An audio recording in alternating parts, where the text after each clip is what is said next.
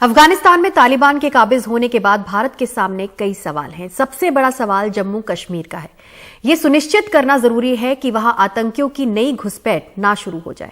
गृह मंत्री अमित शाह ने एक उच्च स्तरीय बैठक में वहां के हालात का जायजा लिया। पीएम मोदी ने भी जम्मू कश्मीर के उपराज्यपाल से मुलाकात की। काबुल के बदले हुए हालात के बाद कश्मीर को लेकर गृह मंत्रालय में हुई पहली बड़ी बैठक।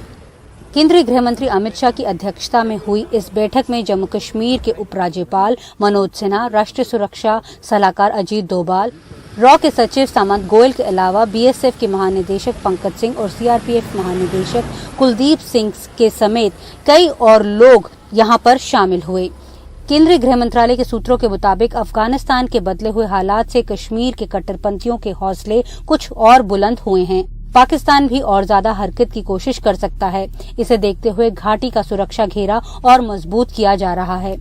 बीते दिनों में हुर्रियत नेता सैयद अली शाह गिलानी के इंतकाल के बाद घाटी में माहौल खराब होने के अंदेशे से कई पाबंदियां रहीं। शरारती तत्वों ने इस बात को हवा देने की कोशिश की कि कश्मीर में काबुल जैसे ही हालात हैं। जमीन पर मौजूद अधिकारियों को एहसास है कि इस दौर को बहुत सावधानी से संभालना होगा, क्योंकि आतंकवाद को शह मिली है। सोपोर, शोपियां जैसे दक्षिण कश्मीर के हिस्सों में चरमपंथ बढ़ा है। घाटी में करीब 200 आतंकी अब भी सक्रिय हैं। ज्यादातर जैश और लश्कर से जुड़े हैं, कुछ अल बदर से भी हैं। इस साल घरों से 82 युवा गायब हैं और खबरों के मुताबिक इनमें से कई आतंकवाद से जुड़ चुके हैं। चिंता की बात ये भी है कि इस साल जो 120 आतंकी मारे गए, उसमें से 10% बाहरी हैं, बाकी सब स्थानीय हैं। ये एहसास सबको है कि घाटी की चुनौती बड़ी है और इसका सामना करने के लिए जितनी सुरक्षा व्यवस्था चाहिए, उतनी ही कूटनीतिक दबाव भी और उतनी ही घाटी के भीतर लोगों को जोड़ने की अंदरूनी पहल भी।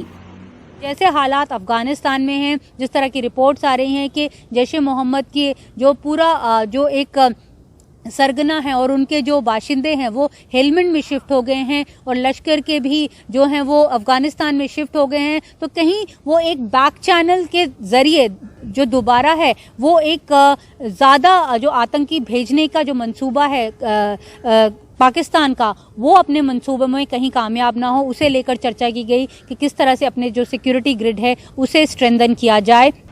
नई दिल्ली से नीता शर्मा, एनडीटीवी इंडिया के लिए।